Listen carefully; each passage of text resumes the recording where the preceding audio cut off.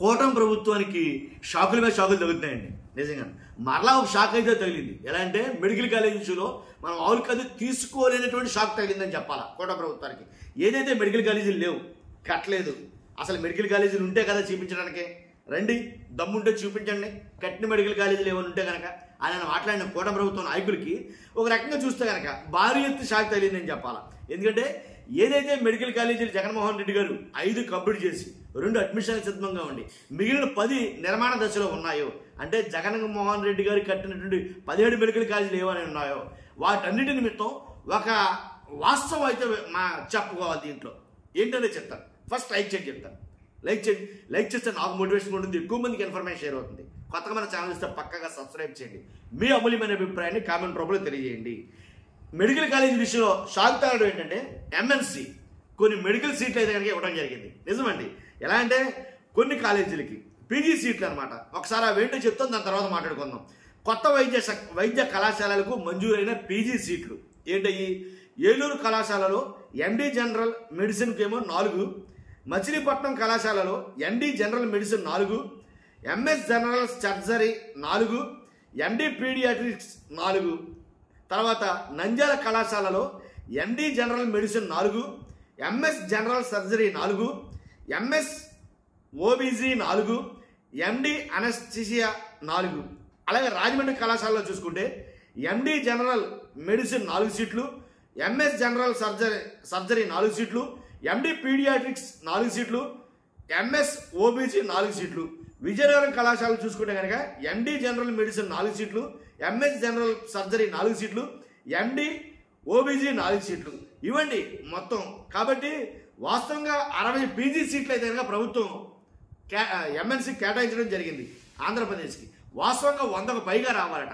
కాబట్టి అంటే కూటమి ప్రభుత్వం కొన్ని తీసుకోవాల్సినటువంటి చర్యలు తీసుకోకపోవడం వల్ల సీట్లు తగ్గినాయి అని చెప్పేసి మాట్లాడటం జరుగుతుంది. 2023-24లో 5 కళాశాలలు ప్రారంభించిన జగన్ ప్రభుత్వం ఆ కళాశాలలకు పీజీ సీట్లు మంజూరు చేసింది. ఏదైతే ఎన్ఎంసి 100కు పైగా సీట్లు రావడానికి అవకాశం ఉన్నా చంద్రబాబు నాయుడు గారి ప్రభుత్వం చిత్తశుద్ధి లేమితోటి 60 సీట్లే సమకూరినాయి. అంతేకాదు వైద్య కళాశాలల ప్రైవేటీకరణ తప్పని బలోపేతం దృష్టి చేయకపోవడం వల్ల ఇలా జరిగింది. ఎందుకంటే ప్రభుత్వ రంగంలో వైద్య విద్య వ్యవస్థ బలోపేతానికి మాజీ ముఖ్యమంత్రి వైఎస్ జగన్మోహన్ రెడ్డి గారు వేసినటువంటి అడుగులు సత్ఫలితాలు ఇస్తున్నాయి ఇప్పుడు. ఎందుకంటే రాష్ట్రంలో సూపర్ స్పెషాలిటీ అలాగే వైద్యులు అందుబాటులో పెంచడం కోసం వీలైనంత ఎక్కువ మంది వైద్యులు తయారు చేయడానికి వైఎస్ జగన్ గారు 17 కొత్త వైద్య కళాశాలను ఏర్పాటుకు శ్రీకారం చుట్టిన విషయం మీ అందరికీ తెలిసిందే. వీటిలో విజయనగరం, ఏలూరు, రాజమండ్రి, మచిలీపట్నం, నంద్యాల కళాశాలను 750 ఎంబీబీఎస్ సీట్లతో 2023-2024లో ప్రారంభించారు. ఇప్పుడు ఈ కళాశాలలో మెడికల్ పీజీ సీట్లు అందుబాటులోకి వస్తున్నాయి. 5 కళాశాలలో medicine, surgery, gynaec, paediatric, anaesthesia విభాగాల్లో 60 పీజీ సీట్లను నేషనల్ మెడికల్ కమిషన్ ఏదైతే ఉందో ఎన్ఎంసి మంజూరు చేయడం జరిగింది. ప్రస్తుతం 2025-26 విద్యా సంవత్సరం నుంచి ఈ సీట్లలో అడ్మిషన్లు జరుగుతాయి.